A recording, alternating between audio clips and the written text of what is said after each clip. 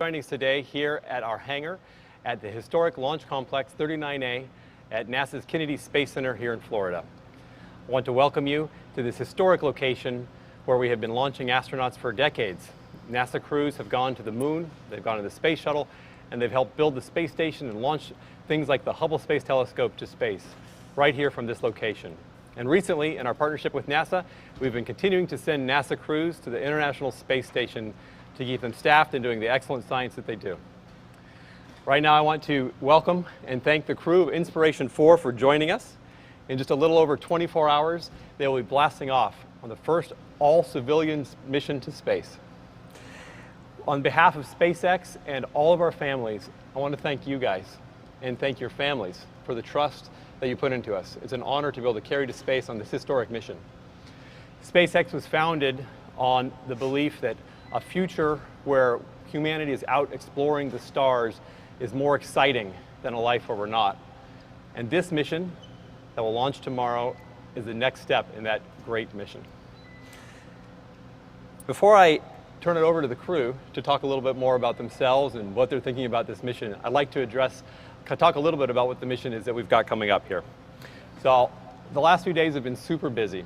On Friday, we mated the Dragon and the Falcon together.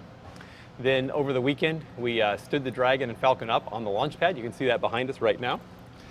And then we did our crew dry dress, which is a great dress rehearsal where the crew actually goes, they get suited up into their spacesuits, they get into their Tesla vehicles, they come out here to the pad and they go up the elevator, the same elevator that the crews have been going up in for decades. And then they go out across that crew arm and get into the Dragon as if it were launch day. We close the launch hatch and we're ready to go. And then that's a good practice. And then we come back and debrief and make sure that everybody feels good about it. And that went very well. Right after that, early Monday morning, we did a static fire. And that went well. All things checked out. We launch all the motors on the rocket, hold the rocket down for just a couple seconds, make sure everything looked good, and it looked great. And today, actually happening right now, is our launch readiness review. It's our final big review to make sure we've closed out all of the items and addressed any concerns and issues and risks on this mission as we get ready to go. And at this point in time, our teams, the Inspiration4 team, and everybody is ready to head into our time tomorrow. The main thing that we'll be watching is weather. When the crew launches, they'll be launching to an orbit of about 575 kilometers. Now this is significant and historic because it's going to be the highest that any humans have gone into orbit since the Hubble servicing missions. And in fact, they'll be above the current orbit of the Hubble and above the current orbit of the International Space Station. Another historic part for SpaceX is that this will be the first time that we have 3 Dragons on orbit. We'll have a cargo Dragon and a crew Dragon, both at the space station, and we'll have the Inspiration4 crew on orbit. While on orbit, they'll be going around the Earth approximately 15 times every day. They'll stay up for about 3 days, and they'll bring them home safely to land back down here off the coast of Florida to bring them home and reunite them with their families. To prepare for all of this work, this crew has been doing a significant amount of astronaut training. We've got a lot of great stats on this, in fact. For many months, hundreds of hours at SpaceX locations, they've been doing all kinds of training. They've studied over 90 different kinds of training guides and manuals and lessons to learn how to fly the Dragon and what to do in emergency situations. They've done their own kinds of preparations. This is a zero-G flight. They've climbed Mount Rainier together, and they've done a lot of jet fighter flights, which is really pretty cool, including some great flyovers here of 39A just the other day. Some of the other things that they've done to prepare are what we call simulations or sims. It's where the crew actually gets suited up, or whatever their appropriate attire would be for the phase of flight that they're in. They get into a simulator of the Dragon capsule. It's basically a replica of the Dragon capsule at our Hawthorne location. And they are in there, they got the comms on, they've got everything going. And all of our mission operation teams are also on console in the mission operations room, all integrated together doing these simulations. They've done many of these. In fact, they've even done a 12-hour and a 30-hour simulation, flight-like end to end, making sure that they're actually ready to go. And we're happy to say that this crew and our operations team and the entirety of SpaceX is ready and certified and ready to fly. As always, we're going to continue to listen to the data. We're going to listen to the hardware, and we're going to make sure that we're really ready to fly. Over the next 24 hours, we're not done when we get through the launch readiness review. We continue to make sure that we'll take this crew safely to orbit and bring them home safely to their families. One of the things we'll be paying a lot of attention to, of course, is the weather. Right now, the weather is trending well, and we'll continue to watch that as we go. As we've talked before in previous human missions, we look at not only the launch weather, but we have to look at the return weather for in case we needed to use the launch escape system all along the corridor of the ascent track. But we'll also, in the case of this mission, be looking at the weather when we come home in just 3 or 4 days from now. It's important to understand what that weather looks like too. So we'll be integrating all of these variables together to understand if we're ready to launch or not. Once again, on behalf of SpaceX, all of our employees, I want to take the opportunity to thank you, the crew, for your trust in us. I want to thank NASA for their great partnership in helping us develop this capability to carry crews to space. And I also want to thank the FAA and the 45th Space Wing for all of their support, including on the launch and return of this mission. And now, we should take it over to you guys. And we'd love to hear from you on how you're feeling and what you're looking forward to in the mission. Yeah, thanks, Benji. Hi, everyone. Jared Isaacman, Commander Inspiration4. You know, from the start of this mission, we've been very aware of how lucky we are, how fortunate we are to be part of, this history that SpaceX is creating right now. So this seems like a time for just some acknowledgments. First, just expressing appreciation for all the pioneers who've come before us and paved this road that we're traveling on right now. And also to the foresight and ingenuity of SpaceX some 20 years ago. For without their efforts then, there wouldn't be an Inspiration4 mission today. And then just to talk a little bit about Inspiration4, this dream began 10 months ago. Really, not that long ago, actually just prior to Crew 1 launch. We set out from the start to deliver a very inspiring message. Certainly, what can be done up in space and the possibilities there, but also what we can accomplish here on Earth. And we chose to do that through an interesting crew selection process, in which I feel like that objective to assemble a very inspiring crew who all have so many amazing qualities and contributing so many interesting firsts to this mission has been accomplished. And we also chose to do it through the largest fundraising effort in the history of St. Jude Children's Research Hospital, acknowledging the real responsibilities we have here on Earth in order to earn the right to make progress up in space. And I feel like we're well on our way to achieving that objective as well. So can't express enough how appreciative we are of this amazing opportunity. We know that the 4 of us are about to have an experience that only about 600 or so have had before us. And we're very focused on making sure that we give back every bit of that time that we get on orbit for the people and the causes that matter most to us. Thank you. I'm Haley Arsenault. I am the medical officer of this mission, and I just want to start off by thanking Jared and SpaceX for just allowing this mission to be possible, and the awareness that it's raising for St. Jude Children's Research Hospital, all the funds, the $200 million goal that we have set that I know we're going to crush, and it's going to go to these kids that I get to work with who inspire me every day. And we just couldn't be more excited about the mission. I think we have a lot of future astronauts at St. Jude now. And just from a medical officer perspective, I'm so excited about the medical research that we're going to be doing on this flight. And we're going to be collecting a lot of swabs to learn about the microbiome, how that changes in flight. We're going to be performing ultrasounds to evaluate for fluid shifts, as well as performing some cognitive tests and studying radiation effects of going to our high altitude. And to mention the payload a little bit, this is a fundraising effort for St. Jude. And we're really excited to bring along an NFT by Kings of Leon's called Time in Disguise, their new release hit. And we're going to jam to it on orbit and later auction that for St. Jude, which is so special to be part of. But we just couldn't be more excited to launch tomorrow. So thank you all so much for making this happen. I'm really grateful to be here and to have this opportunity, and thank you to Jared and to SpaceX for everything that you've done for me. I am the mission pilot, and it's really special for me to hold that title because I'm going to be the first Black female pilot of a spacecraft.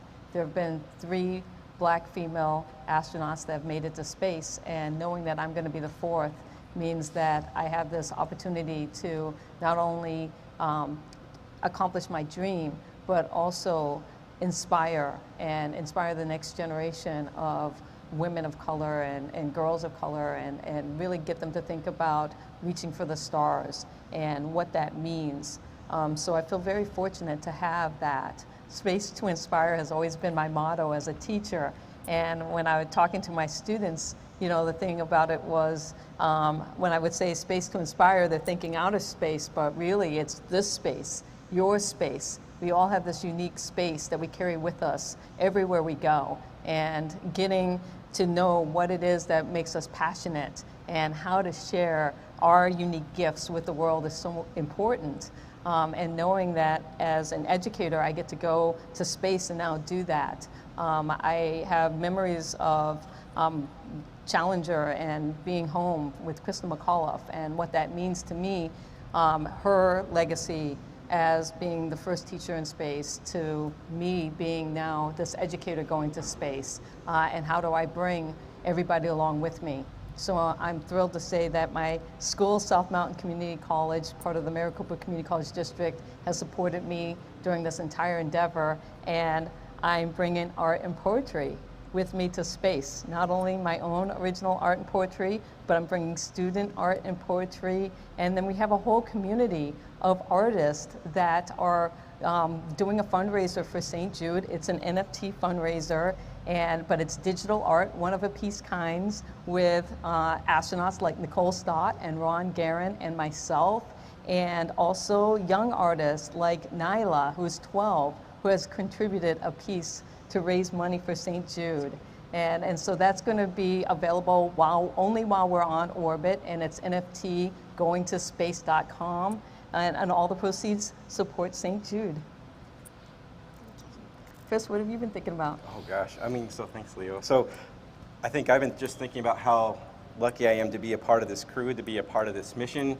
From watching a Super Bowl commercial and making a donation to not winning that, and then having my friend win it, and then through his generosity give that spot to me. I think that just really puts me in a very special spot where not only do I feel very lucky to be here, but I have a huge responsibility to, you know, pay that forward and show that generosity towards others, and to bring that message to everyone else as we go through this flight and as we come back. I also get this opportunity to inspire my daughters, and it's already been an incredible year for them to see the folks at SpaceX working and to see all of the work that happens here at Kennedy Space Center. It's truly inspiring for her, as well as so many other kids, like you mentioned, Haley at St. Jude. And then I've talked to some other educators around the Northwest and throughout the country. They're very excited by this mission, and obviously that exuberance is coming through with me today as well. As a mission specialist on this flight, I'm really excited to make sure that we have a very successful mission, that we take care of all the medical experiments in a way that's truly going to help expand humanity's presence out in space for the long term. I also am very excited that I'll be able to try my hand at playing some music on the ukulele up in space, so I apologize for any ears that are listening intently, but I'll give it my best shot, and I do know the acoustics are pretty good in Dragon, so it'll come through. But I just also wanted to say, as we get on with our mission and go up into space, that I hope people take the opportunity to look ahead and look at each other and feel inspired to pursue whatever it is that you are passionate about, and give of your talents and your time and your resources to other people. Not only are we trying to raise money for St. Jude to try to eliminate childhood disease, but we can do so much good around if we just reach out to each other, and I know that that's what we're doing as a crew to make sure that we are going to be successful in space. So again, thanks to SpaceX, and Benji, thanks for taking the time to talk with us today, and Jared, thanks a lot for this opportunity. Awesome. You guys really are inspiring. Let's take a few questions here from the room. We'll take 4 or 5 here from the room, and anybody online, if you're going to be coming in, please press *1. Hello, Marcia Dunn, AP.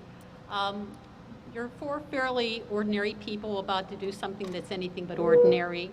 And I'm wondering if you have any last-minute jitters, butterflies, do you feel the pressure starting to mount just a day out?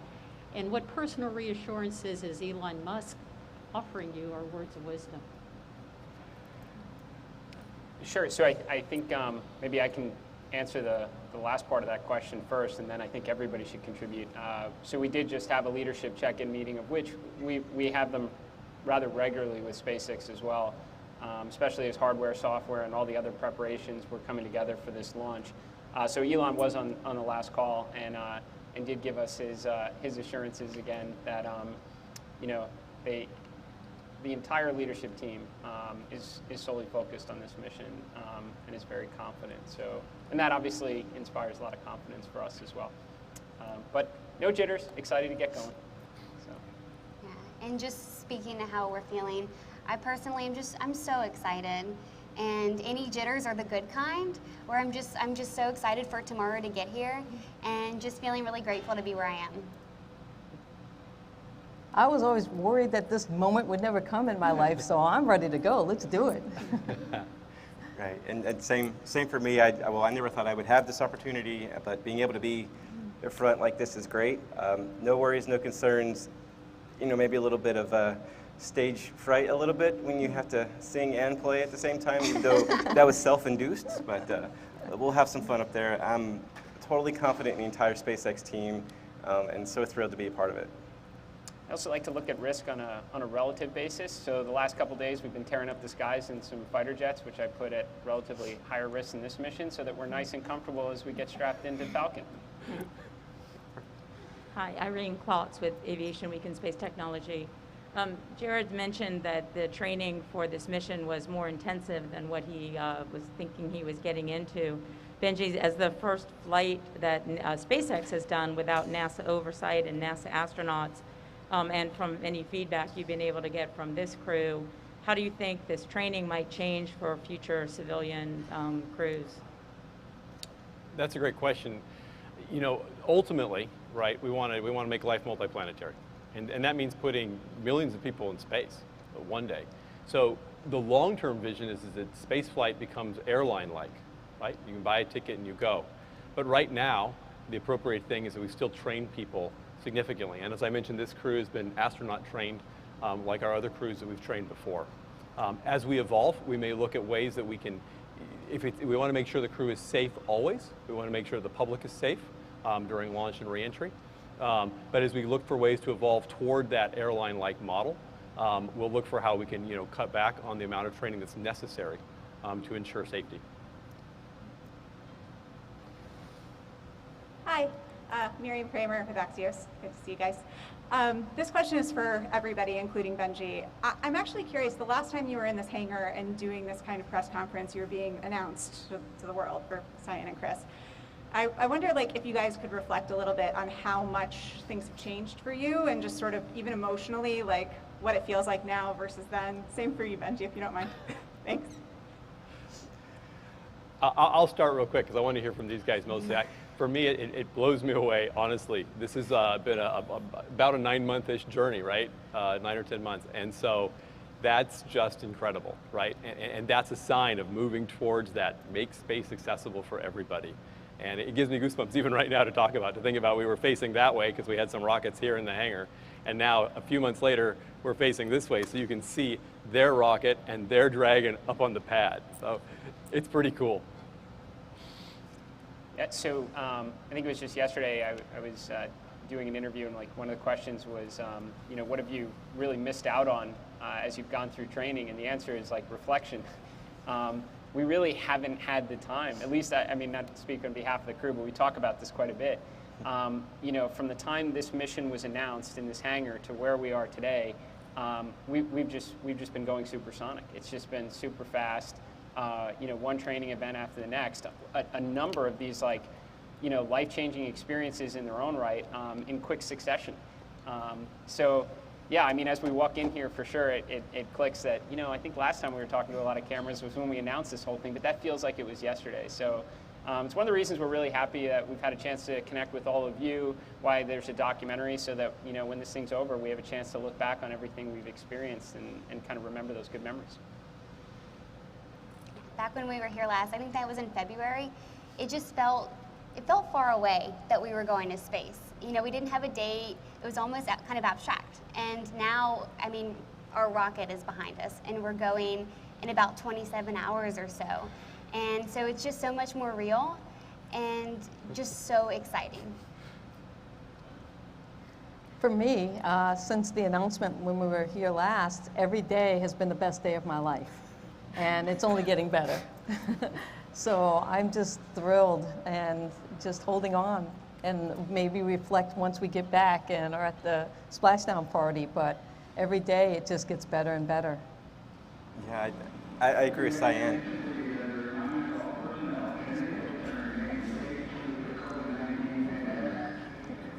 Stand by.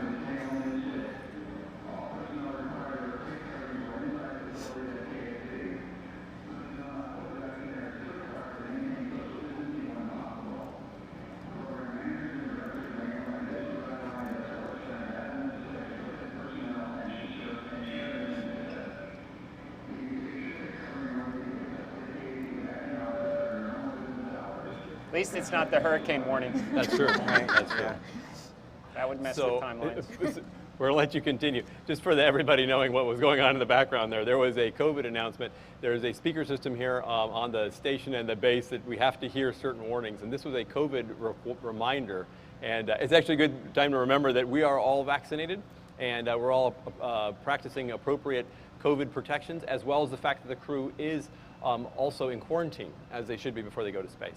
So, go ahead. Oh yeah, well, so that part hasn't changed over the last 6 months, right? So, but more seriously, I think just going from like what Haley mentioned, it just feels like yesterday that we were here. I had no idea what we would be really in for when we started out, and now that we're here, it's been an amazing process, meeting so many incredible people, and just building that confidence that there's nothing that we can't do if we put our minds to it and work together. So it's just been an incredible journey. I just can't believe that I'm still sitting here, and like Jared mentioned too, we'll reflect back on everything when we come back, and I think we're not done once we do splashdown either. I know that we want to continue to be able to inspire people throughout everything that we've done in space and throughout this entire year, and through the documentary that's out now that you can take a look at and learn some more about what the experiences we've done this year. That'll be our way of processing as well, and we'll be processing right along with you guys through all of this. So I'm excited to take every one of you up with us now that we are here, like Haley said, 27 hours. Awesome. We're going to take one more question here from the crowd, and then we're going to go to the phone. Hello, congrats everyone. My question is, what was the most difficult part of your training? And I'm Robin from Supercluster, by the way, and I look forward to adding each of you to the astronaut database tomorrow night. I would probably, I mean, everyone should contribute, but the academic phase was really kind of the first part. Need to have an appreciation, understanding of the systems before you go and start pushing buttons. So that was a little overwhelming when we got dumped a lot of PDFs on us and right away. And then it was a little bit of death by PowerPoint for a couple weeks, but then it immediately went into kind of the more fun phase, where now you're taking all that knowledge that you've accumulated and you're putting it to practical use through nominal operations, and then you move into some of the contingencies, and then you start to really bring it together in those sims that Benji was referencing, and that was probably the most fun part. So where you get to interact with the army that is SpaceX, that comes together to make these kind of missions possible. So yeah, that's my training reflection. Well, I might just jump up ahead so you can end on a good note too, baby. But I know that for me, one of the most difficult parts for this was just going through it with my family, how I've had this incredible year with my crew and my teammates here, but remembering that our families are the ones that are also supporting us in all this, and they're having a completely different experience, and listening to everything from the outside without being right down the center line of working with Benji and the team at SpaceX. So, but getting that support and getting that brought together, and also doing everything for the first time as an all-civilian crew. We're writing the rules, we're breaking a couple of them that NASA used to demand, and well, we get to kind of do things our own way. So that's been a fun part, but also a challenging part as we navigate all of this. I know a challenging part for me, growing up as a black female and always trying to be a high achiever and not mess up.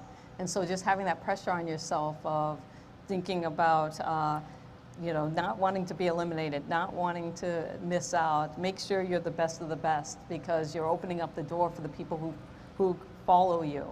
And a lot of times, if you're in that position of a role model, if you slip or you mess up, then it means that you're kind of shutting the door for those behind you.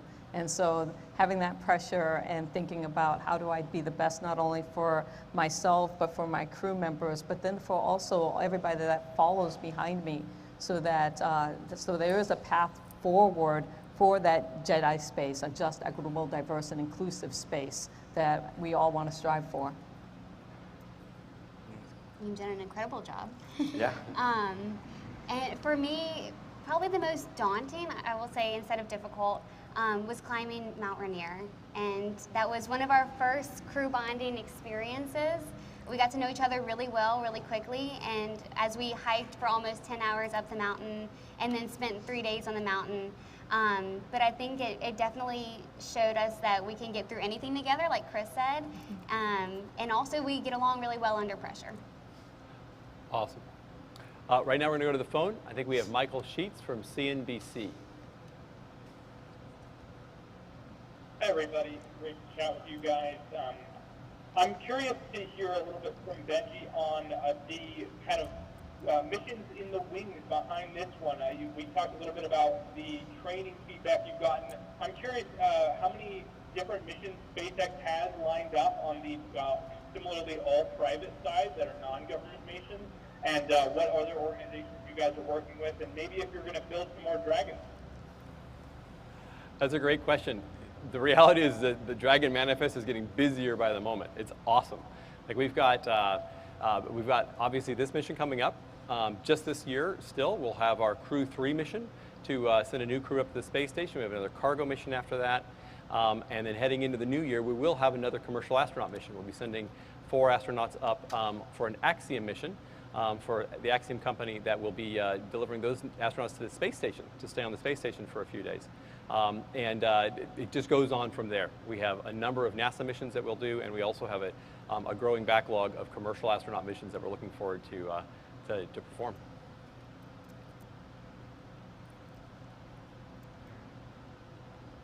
I think we have Nick Mazoff from People magazine on the line. Hi there.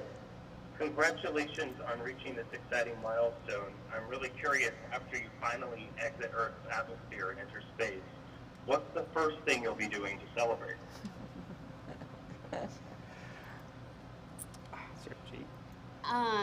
So I'll be excited to get back to my patients and get to share this with them. I think there's going to be a lot of fun pics and stories to share. Yeah, I think once we're up on orbit, the first thing we'll be excited to see is to see Haley find out or reveal what our zero-G indicator is and or how that connects back to our overall mission. I think that's going to be the first way we celebrate.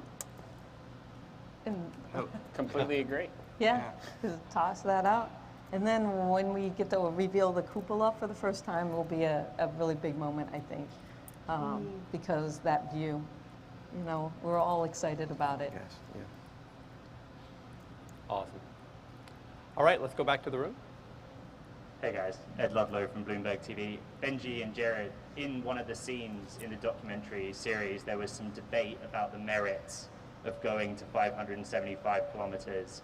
And there was a dissenting voice in the room, off camera, on the phone. Ultimately, Benji, who made that decision? Where did the buck stop on going to that distance? And what are the kind of additional challenges and risks? And Jared, why were you so set on going to that altitude for the orbit? Why don't we start with Jared? Sure. So actually, the person who is expressing some of that initial concern was in one of our last risk briefs at Hawthorne, which was just like a week ago before we came here. And I was like, before you start talking, somebody cue the ominous music, because you need that background now anytime you speak. Well, anyway, you'd know it if you saw the Netflix. So yeah, now I just wish we pushed them to go higher. But why? I mean, we've been going to the space station for some time, and there's just unbelievable science and research and great contributions that are coming out of there. But if we're going to go to the moon again, and we're going to go to Mars and beyond, then we got to get a little outside of our comfort zone and take that next step in that direction. So that was really the rationale, and I think that there were, obviously they wouldn't have mentioned it they wouldn't have mentioned that there weren't some additional risks if there weren't, and there are, but ones that we've now had really several months to think through and mitigate in order to safely execute at that orbital apogee. And to answer the question, ultimately, we do want to inspire, and Jared has been a great partner and a great driver to push us towards inspiration and the meaning of the mission, in practice. And ultimately, it's also, though, about safety and reliability. We want to make sure we take the crew safely. So when we first set up the mission, we look at it and we say, well, okay, what have we been doing? What do we know how to do really well? We've been doing it for NASA. So we were looking at those kinds of parameters. But it's not to say that you can't go and do more, and you should go and do more when you can. And so I think it was a great push, honestly, from Jared, and the team looked at it, we assessed it. Certainly Dragon's capable of doing it, and we did all of the risk analysis to make sure that we'd fly safely. I mean, this is just to brag a little bit on SpaceX. I mean, this is the organization, that is going to, in large part, get us to the moon, and certainly with the eyes towards Mars, right? And there's a lot of risks on a 6-month journey like that. So better to, I think, start taking some steps now, today, in a very well thought out and mitigated way, so that we can continue to reach towards those extraordinary goals, like making life multiplanetary and the world more interesting when people can journey among the stars. Chris Gephardt with NASA Spaceflight. I'm wondering, Haley, you mentioned all the science experiments that are on board. Are there others than the ones that you mentioned before? And for all of you, what's sort of the science experiment you're most excited about for this one in terms of either performing it or what it can give back to us after the mission? Thank you. Yeah. So those are the main ones that we're doing, and we're really excited about the ultrasound. We've all gotten briefed on ultrasound and to evaluate the fluid shifts. And it's really unique that this is flying with us. And so I know the docs at SpaceX are really excited about it, and so we are too. I think some of the ultrasound ones, will give us some insight into intracranial pressure, which may help understand some things that have, some vision-related issues that have impacted astronauts previously. We also have had giant chunks of our skin taken before and after flight, which Leo here has a great idea. If you get them in the same spot on the arm, you can create dragon eyes for the eventual dragon tattoo, which is cool. But this is going to be important too, because they're going at our orbital altitude. It is a higher radiation profile than what would be observed at the space station. And the greater the understanding we can have on that, the better planning we can make for future long-duration missions like going to Mars. Right, and the other, I know we're also, a couple of us are measuring our glucose levels during flight. We're looking for ways to include more people going into space, not just eliminate folks. So by understanding how the body, it metabolizes its sugar over the course of 3 days, if it's different in space, that's another great contribution, because we could potentially be able to send diabetics up into space if there's some mitigating factors that we could do to help support those. And for me, from just an artistic standpoint, I'm excited to bring paint and do some art in space, and thinking about just the fluids and the dynamics of watercolors and pulling paint from the palette and putting it on to the paper, but also pens and markers, and really trying to show my students what that looks like and how that process is happening. And so I'm excited to see what not so great masterpiece that I will be making while you're playing. Oh, yeah. So it'll be a fun art experiment up there. Hi everyone, Jackie Waddles, CNN. So my question is about the capsule. Would love to hear from any of you. I'm sure you're very familiar with the craft you're going in, but also for Benji. Are there specific differences apart from adding the cupola that are built in for safety? Any other changes that were made to resilience before this flight? The cupola is the main change that we made. And really, it just takes the place of the docking adapter. Since we're not docking anywhere, it makes sense to have a cupola and have the biggest contiguous window that's ever been put in space. But otherwise, it's the same very safe Dragon that we're flying right now for NASA crews. Hey, it's Chris Davenport with the Washington Post. Benji, just to follow up on the question about the higher altitude, can you talk a little bit about that risk analysis, what went into it, and how you ultimately came to the conclusion that, yeah, we can fly them at that altitude, it's safe to do so? Sure, absolutely. You know, so a lot of things go into what, you know, when you're doing a mission plan, right, a mission profile, or what we call mission design. And first of all, you want to talk about performance, right? Do we have the prop or the fuel to go to where we need to go to, and have plenty of margin for the entire mission, and then additional if we have, you know, need to stay up any longer, and then, you know, plenty to come home. So you're doing a budget there. You're doing budgets across all of your other consumables as well, right? So for example, your ability to scrub carbon dioxide out of the capsule, or your water, your oxygen, food, things like this, of course. Other things that you're looking at as you go to the higher altitude, Jared mentioned one, right, is a radiation environment. Another one, of course, that we talk about is MMOD, or micrometeorite impact, orbital debris. We need to make sure that we understand and have bounded, you know, any risk assessment based on that, and make sure that we're flying Dragon and Dragon's able to handle that. And so these are the kinds of kind of across the whole vehicle and across the whole mission where you look at, okay, this is our profile, this is where we want to go. Does the vehicle perform and come home with adequate safety margin to do that? So a lot of it is a safety margin analysis.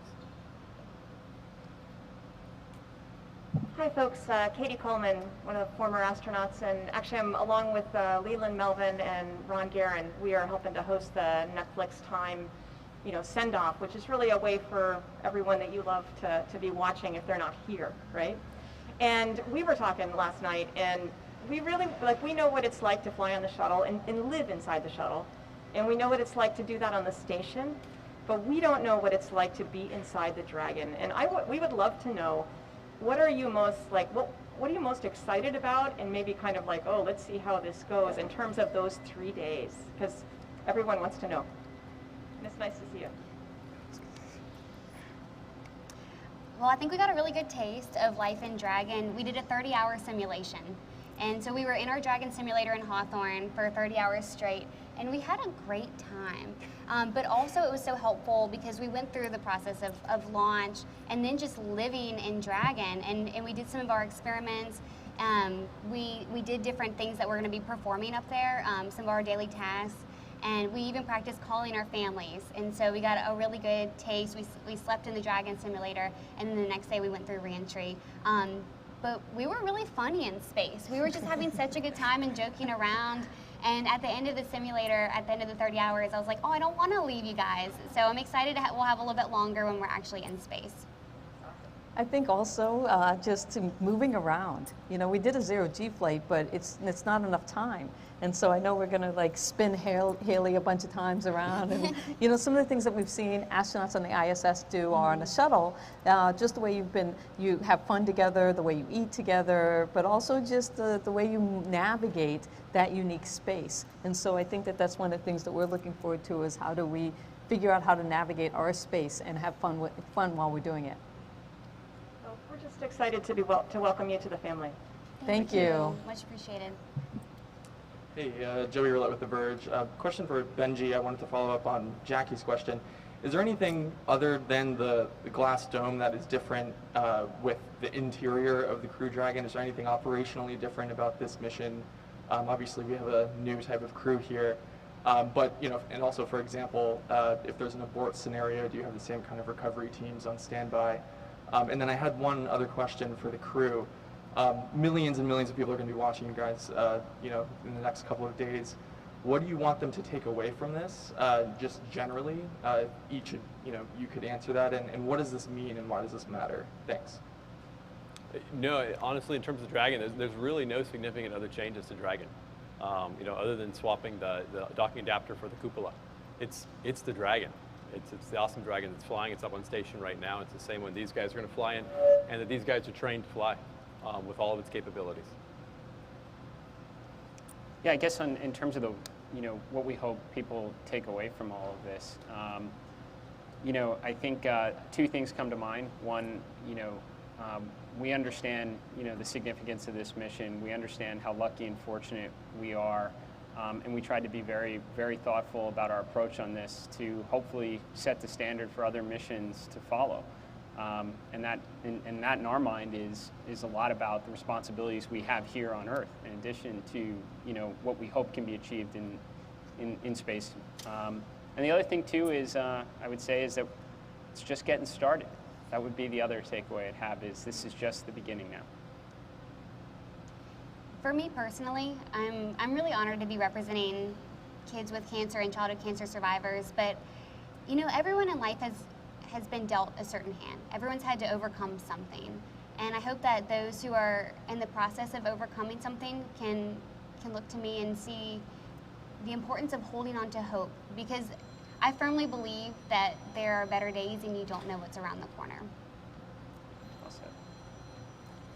For me, as a geoscientist, there's no better place than home. So I think about how solving for space solves for Earth. And as we push human spaceflight further and further, all of that technology and information that we learn is not only is it designed here on Earth, but we use that here on Earth to make our planet better. And so I think that that's really important. And then also, space to inspire, thinking about how we can inspire you to use your unique space to do something for not only yourself and your family, but for humanity, and getting people to think of ways to do that.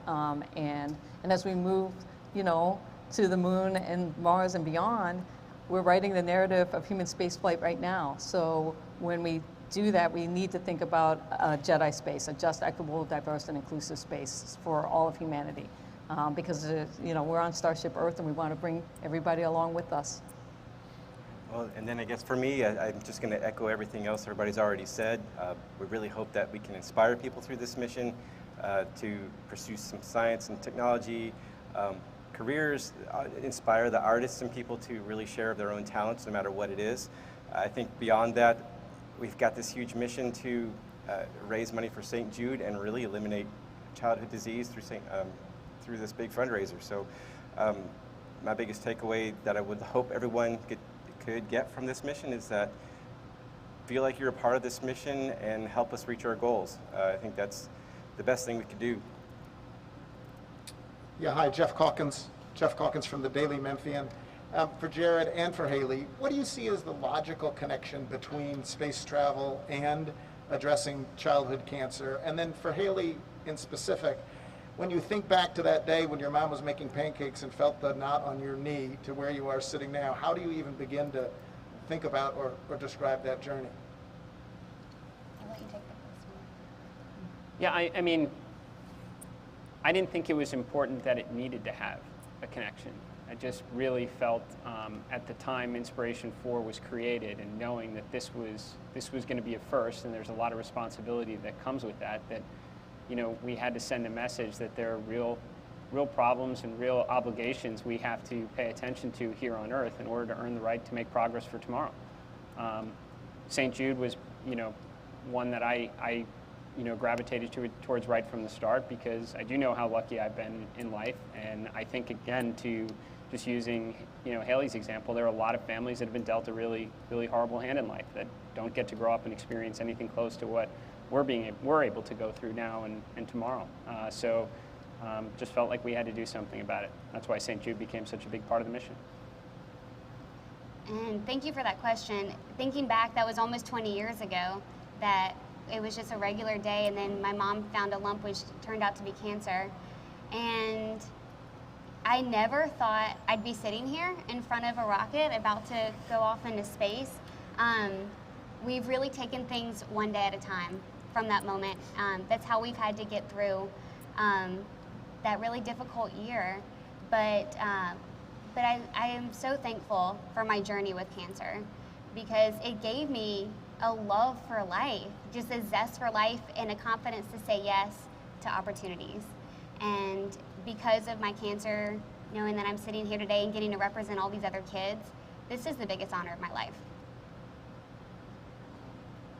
Rachel Crane from CNN. Question for the crew. I know you guys mentioned you heard from Elon earlier today, but any other surprising voices you guys have heard from wishing you well? And also a question for Benji. There's a lot of firsts with this mission, but of course one that stands out to all of us is the beautiful cupola. Can you talk to us about the challenges of incorporating that into Crew Dragon? Thank you. you want to take that part? Okay, I'll take the cupola first. Really, it's like any other part of Dragon. It's a component and a subsystem in and of itself, and so we have to go through the same development process, right? We got concepts, we got ideas, we do some initial testing or some initial on the bench and doing some development, creation of what it might look like, looking at different materials, but then we put it through the full rigor of the full body of tests that we need to do. The qualification campaign, thermal, structural, making sure we understand what the thermal dynamics will be in the capsule when we change that volume of space. It actually increases the volume of the habitable volume of Dragon significantly. So we had to analyze that and make sure we could work through that. So all those little details, but you do the same thing for any new component or any new subsystem that you put on Dragon. And I could say something. I know that for me, turns out space is a topic and a subject that really brings a lot of great people together. And so I've got family who lives all over the country, and they've decided that this is the moment in time to come together and join up. So to me, that was a great and aspiring thing that's come out of this, is that we're all coming from all over different parts of the country and congregating here in Florida. And I'm really excited to celebrate with them when we get back. That was one surprising thing for me. Hi. Well, oh, sorry. Anything else to add? I was just going to say, aside from Elon, like we've heard from so many astronauts from the time this mission was announced. I mean, those who've been on shuttle, Soyuz, those that have walked on the moon, and even as of late, we had a chance to speak to Crew 1, and they were able to give us, some of the very Falcon and Dragon specific knowledge that you'd only probably have if you went uphill and downhill with it. So. The sounds of Dragon, we've gotten some insights into, but a lot of outreach, a lot of support from the astronaut community, especially because they know there's a lot of space up there, and it's going to take organizations like SpaceX and a lot of people that are willing to go out and explore it. So they've been very supportive. We also had a very special call today, and one of the things that was important to me was, my parents have both passed away.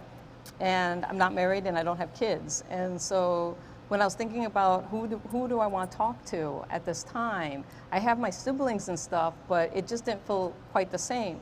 And as we go and embark on this inspirational mission, I thought, well, who has inspired me and who would I want to talk to and just thank them for the impact that they had in my life. And so I was very fortunate that I could help me and my crew speak with Michelle Obama today.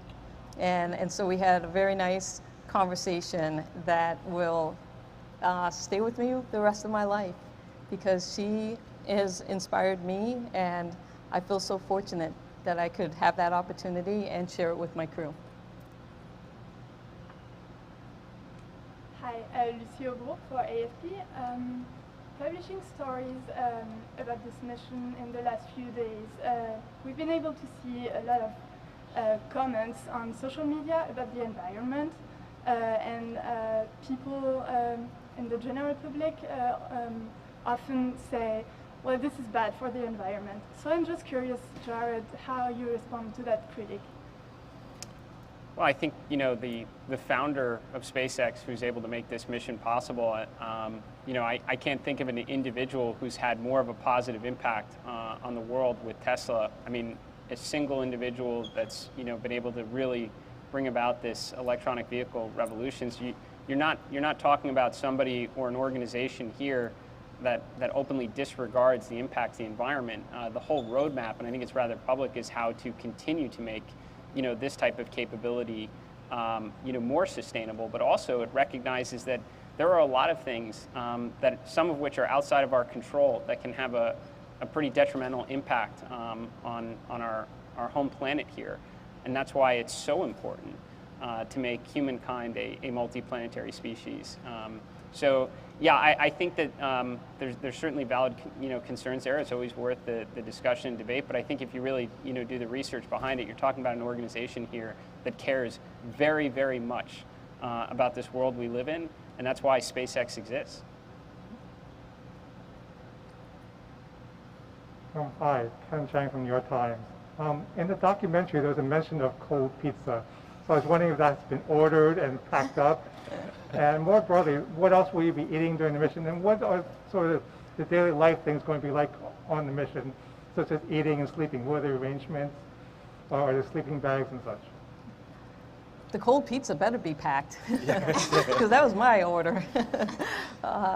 You know, food and mood is so important. So I think for us, it was really important working with SpaceX to get food that made us feel comfortable and that we could eat. And they've done a great job of accommodating that because I think we're all really happy. Yeah. Food's gonna be great.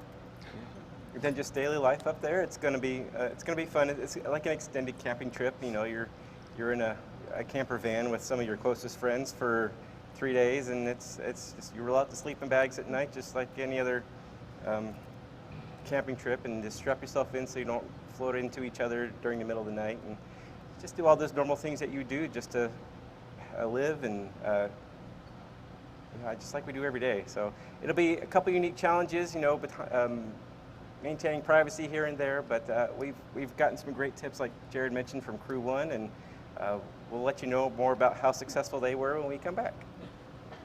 We came out of the 30-hour sim and still wanted to go, so I think that's a good sign. For sure. All right, now we're going to go to the phone. I think we have Stephen Clark from Spaceflight Now.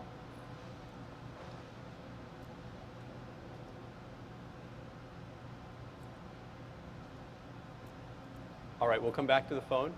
We'll go ahead and take one from the room. Japan. I have a question about the launch capability of the crewed mission of SpaceX. So there's 2 more missions coming up in the next few months after this Inspiration4 mission. So how often can SpaceX launch a private crewed mission besides NASA commercial crew launch? That's a great question. You know, right now we're gearing up to be able to fly 3 or 4, 5, 6 times a year at least. So I look forward. There's nothing really that limits our capability to launch, right? It's about having rockets and Dragons ready to go, and having those, you know, having everything in the manifest aligned with all of our other launches.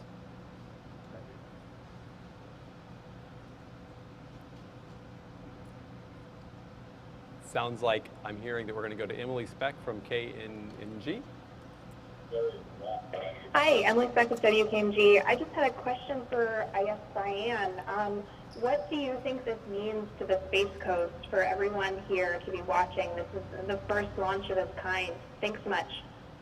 I think that, you know, having, being the mission pilot and being able to represent, you know, not only that, but being an older Black female, you know, in my 50s, and I think that I think it's just going to be inspiring to see that you can know that those dreams that you had when you were a kid can still come true. Because a lot of times we think that we've missed our prime in our once our 20s and our 30s go by, and then we get into our 40s and we're like, oh yeah, all right. But it's not true, and I think that when we lift off, it's going to be inspiring, not only for me, but I think everybody who's following along, because they can connect with every one of our crew members in a unique and special way. All right, I think we have on the phone Marina Corinne from the Atlantic. Hi, this question is for Cyan, Chris, and Haley. In your training for this mission, was there a moment or a situation that you experienced that made you think, okay, I'm going to be fine. I trust SpaceX technology and SpaceX software to take me on this journey and bring me home. And this is something I can tell my family and friends about to help reassure them. And what was that moment for you? Oh gosh, I mean, you were starting to ask the question, and you went a different direction, but I kept thinking about what moment did I feel like we were going to be successful with this mission. And to me, it was that moment when we all made it to Camp Muir and knew that we were going to be okay, that we could accomplish no matter what the objective was, and that we were not going to stop until we did that. So getting to Camp Muir, I think, was a huge point for me. In terms of knowing that I could bring a message back to my family to show them exactly what we're doing, I think that was probably almost day one at SpaceX. They gave us their quick introductory Space 101 presentation of how they see a mission going, how they see a mission working, and knowing all the safety and experts they put behind everything that they do. That really sealed the deal there. It's like, I don't have any worries, concerns. They're going to do the right thing. For me, I think it was definitely the 30-hour sim, because I'd lived in Moon and Mars simulations with people before, and sometimes there's a crew member you might want to kick out. But in this case, there wasn't any of that. You know, we lived together, we operated together, we had fun together, and it really just made me want to do it again. And it got me so excited for when we do it up on orbit. I remember for me really specifically, there was a moment. This was my 3rd visit to SpaceX, and I got to sit in on a really long meeting with all the lead engineers of every aspect of the mission, and got to hear their plan for our mission. And my mom she was at SpaceX too. We got to meet everybody, and at the end of the day, we looked at each other and said, "We trust them. I'm in great hands." And we still think so, for sure. Okay, I think on the phone we have Manuel Asante from Debate. Hi, how are you? Thank you. Manuel Asante from Debate. Congratulations to the 4 of you. This is an incredibly exciting mission. You know that I cover the space program in Spanish, and I know that Haley speaks some Spanish, and it would be so nice to listen to her say a few words. So if you don't mind, Haley, I have two quick questions. Me gustaría que nos cuentes, quizás en representación de los 4, cómo se sienten, cuáles son las sensaciones después de 5 meses de entrenamiento y a 24 horas nada más de lanzar mañana en esta increíble misión.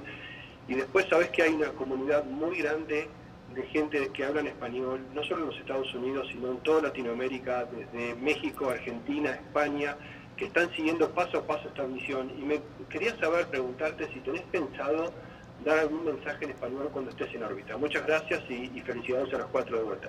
Pues claro que sí. Y estoy muy, muy, muy emocionada para ir en 24 horas o más. Y claro que sí que quiero recordar un mensaje en español, porque hay muchas personas que hablan español que me han dado apoyo y que tienen en mi corazón. Está muy bien. This is nuestra casi última respuesta. That'll be our almost last question. We have our last question coming up right now, but I didn't quite catch if it's in the room or on the floor. Tim Dodd? Hey. Hi, Tim Dodd, the Everyday Astronaut. Besides you, lovely crew, and everyone up there, the other star of the show obviously has been the cupola. I have 2 more questions about the cupola. First off, Jared, did you know that was an option when you were booking this flight? Did you actually, I mean, that's the selling point right there. Like, that cupola is amazing. Did you know about that? And then the other question I have about it, is there, that mock-up has a beautiful view, would be taken from like the little latch of a camera. Is there actually a camera that will have that view of you guys inside the cupola with Earth in the background? Like, is that going to happen on this mission?